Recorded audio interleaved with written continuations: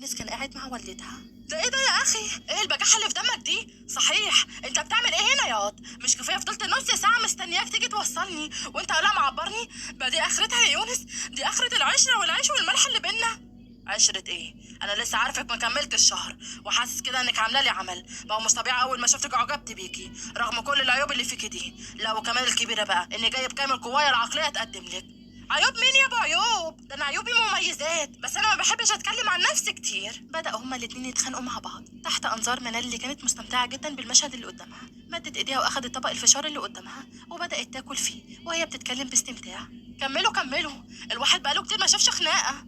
اما خليلي من طبق الفشار ده ياما وشيلي لي حته بسبوسه. يونس بصلها وقتها بغمزه.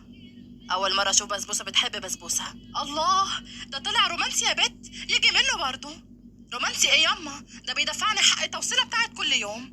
ما انت اللي بدأتي الاول وطلعتي لي الفلوس، ارفض يعني؟ وكمان نسيتي لما اديتها لك.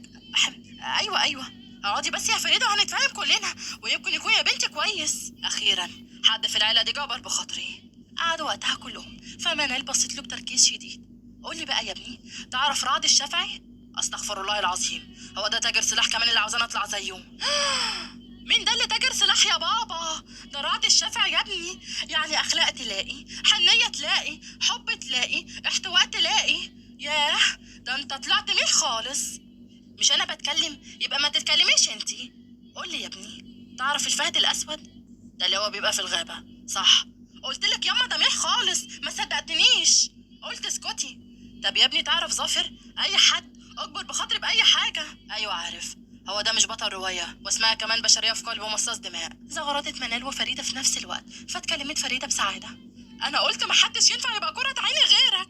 مبروك يا بنتي مبروك، واخيرا هخلص منك. ايه ده؟ وانا اللي قلت هتبكي على فراق ياما؟